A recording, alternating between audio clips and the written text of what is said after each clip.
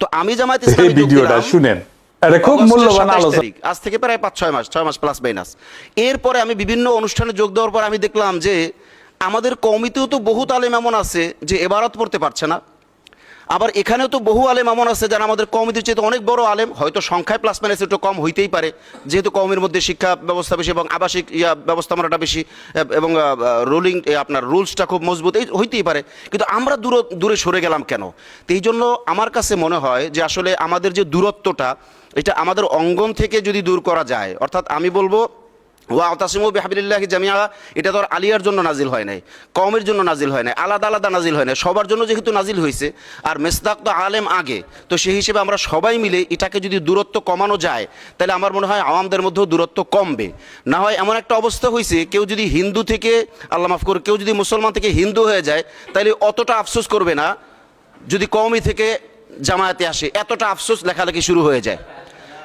বাস্তব প্রমাণ হলো, আপনি দেখেছেন মুফতি মাসুদ, এর নাম মনে হয় মাসুদ, যে নাস্তিক হয়ে গেছে, আব্দুল্লাহ মাসুদ নাস্তিক হয়ে গেছে, তাকে নিয়ে অত আলোচনা হয় নাই।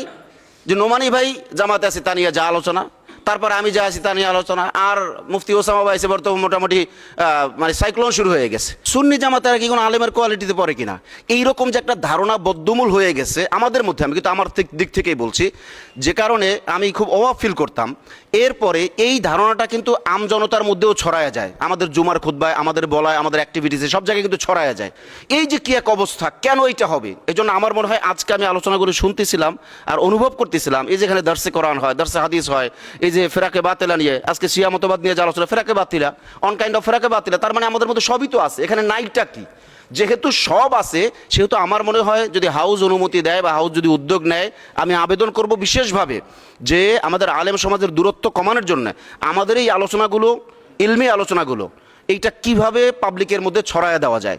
এখানেও যে আলেম আছে, যোগ্য আলেম আছে, এখানেও যে ইলমি মুজাকারা হয়, এখানে যে ইলমি কথাবার্তা হয়, ওই কথাগুলো কিভাবে আসা যায়। আর এটার সামারি আমি এইভাবে করব, যেমন কওমি আলেমরা সবাই কম বেশ কথাবার্তা বলেন, কিন্তু এই ঘরানার, জামাত ঘরানার অনেক আলেমরাই দায় নিয়ে কথা বলতে চান না, বা পরিচয় দিতে চান না, বা নিজেকে একটু মাহজুব রাখতে চান। এটা ঠিক আছে, এটা দোষের না, কিন্তু স্থান কালপাত্র সবাই না বললেও অন্তত কিছু কিছু আলেম বলেও এই দূরত্বটা কমাইলে হবে কি, আমাদের কিছু কওমি ভাইদের মধ্যে ওই যে নিজে ইবারত পড়তে পারে না, অথচ এই মাসলাকের উপরে বা এই প্ল্যাটফর্মের এরকম ধারণা, আরে জামাতে তো কোনো আলেমই নেই, এরকম একটা অবস্থা, অথচ সে নিজে ইবারত পড়তে পারছে না।